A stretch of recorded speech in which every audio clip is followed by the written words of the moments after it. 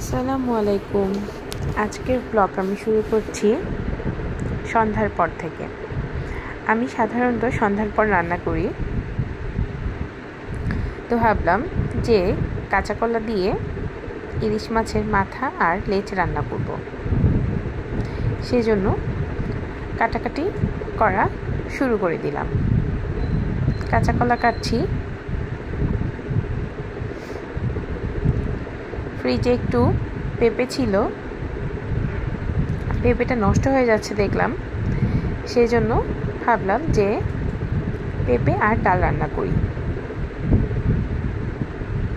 আমার পেঁপে ডাল খেতে খুবই ভালো লাগে।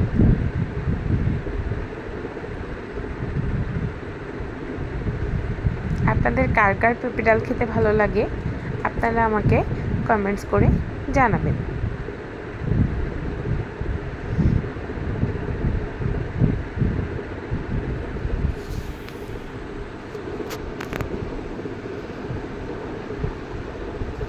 পেঁপে ডাল একটু বেশি করে করব, যাতে আগামীকাল সকালে নাস্তার সাথে খেতে পারি। এখন পেঁয়াজ কুচি করে নিচ্ছি।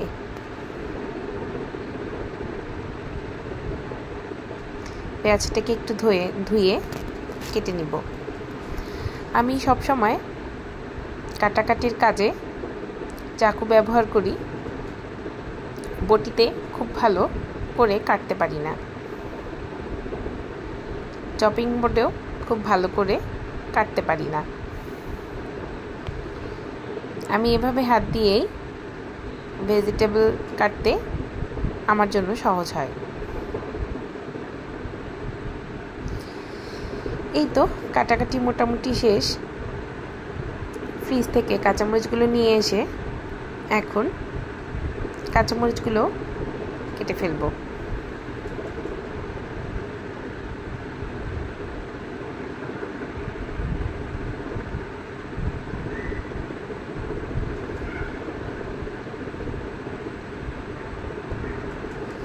রান্নার শুরুতে মনে হয় একটুও কাজ নেই, কিন্তু এখন মনে হচ্ছে রান্নার আগে আমরা অনেক কাজ করে থাকি। এদিকে আমার ডিমগুলো সিদ্ধ হয়ে গেছে।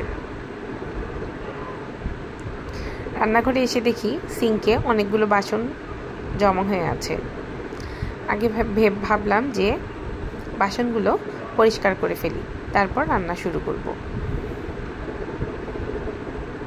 সো আমি এক এক করে বাসনগুলো পরিষ্কার করে ফেলছি।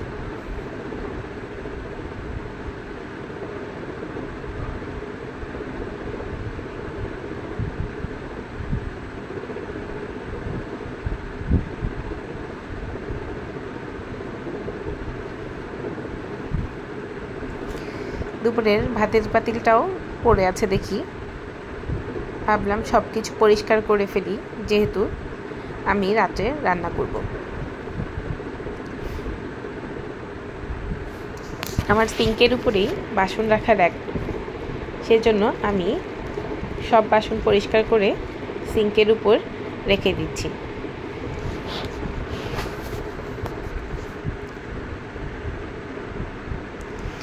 আমি খুব সহজভাবে কাজ করার চেষ্টা করি, আর যত দ্রুত করা যায়।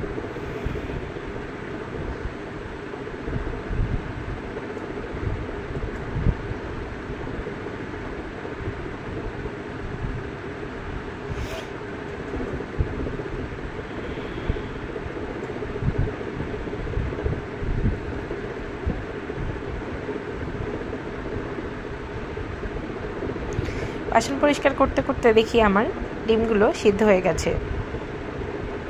চলে আসলাম ডিম ছিলতে।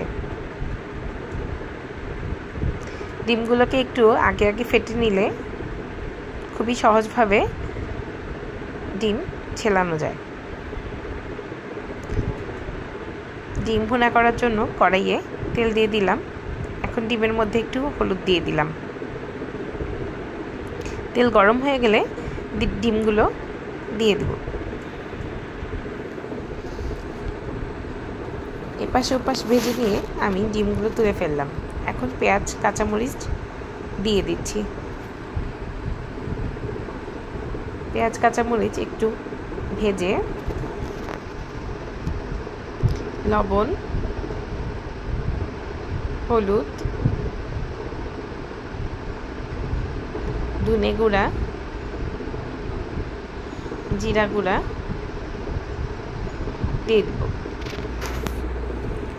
কিছু সময় এটাকে ভাজবো, তারপর পানি দিয়ে দেব। এখন ডিমগুলো ছেড়ে দিব, তারপর ঢাকনা দিয়ে দিব। পানি কমে গেলে নামিয়ে ফেলবো। অন্য চুলায় আমি পেঁপে ডাল রান্না করার জন্য পেঁয়াজ মরিচ ভেজে নিচ্ছি।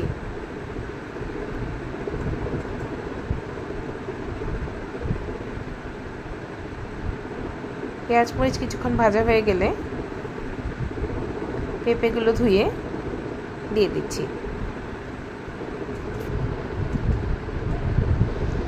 এখন আমি ডাল ধুয়ে নিচ্ছি। ডাল ধোয়া হয়ে গেলে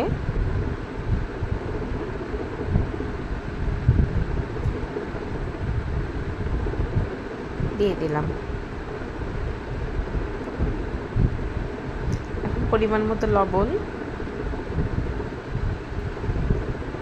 হলুদ, ধনে পাউডার,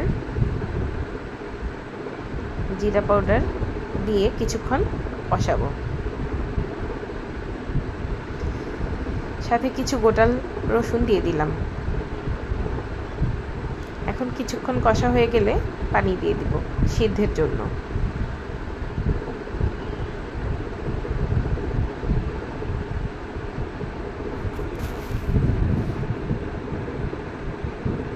একটু নেড়ে চেড়ে ঢাকনা দিয়ে দিব।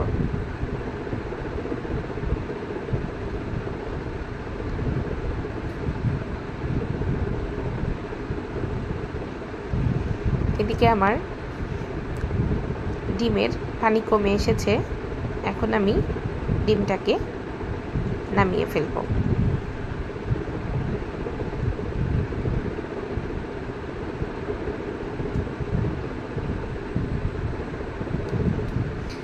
আমি অন্য চুলায় পেঁপেটাকে দেখে নিলাম যে সিদ্ধ হয়েছে কিনা। দেখলাম সিদ্ধটা হয়নি, আর একটু পানি দিয়ে সিদ্ধে বসিয়ে দিলাম। ইলিশ মাছের মাথার লেজ দিয়ে কাঁচা কলা রান্নাটা করে ফেলেছি, ভিডিও করতে ভুলে গিয়েছি। রান্না হয়ে গেছে। ইলিশ মাছের মাথা দিয়ে কাঁচা কলা নামিয়ে ফেলবো।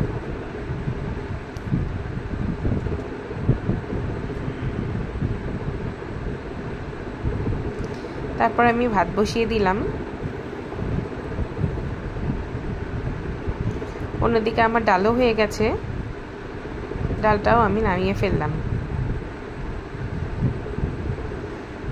ভাত হতে হতে ভাবলাম গরুর দুধের কৌটাটা ভরে ফেললাম।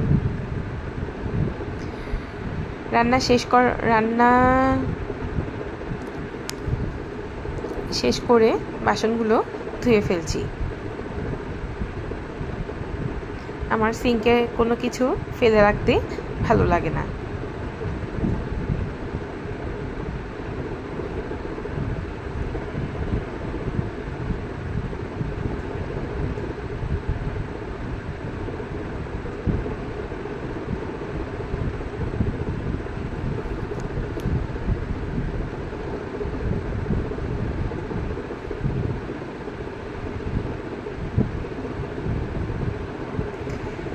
রান্নার শুরু থেকে শেষ পর্যন্ত আসলে রান্নাঘরে অনেক কাজ থাকে, যেটা আসলে বোঝা যায় না।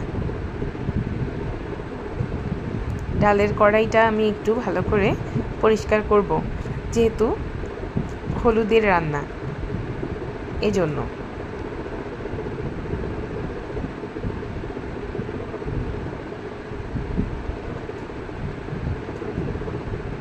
আজকে আমার একটু ঠান্ডা লেগেছে, সেজন্য আমি সোয়েটার পরেছি।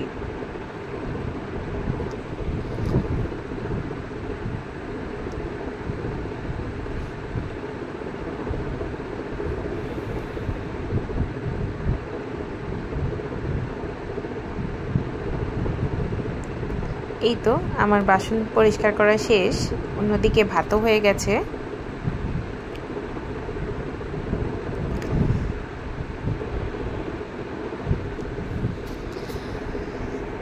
আজকের ব্লগটা আমার এই পর্যন্তই। সবাইকে শুভরাত্রি। ভাত হয়ে গেছে, নামিয়ে ফেলবো। টাটা।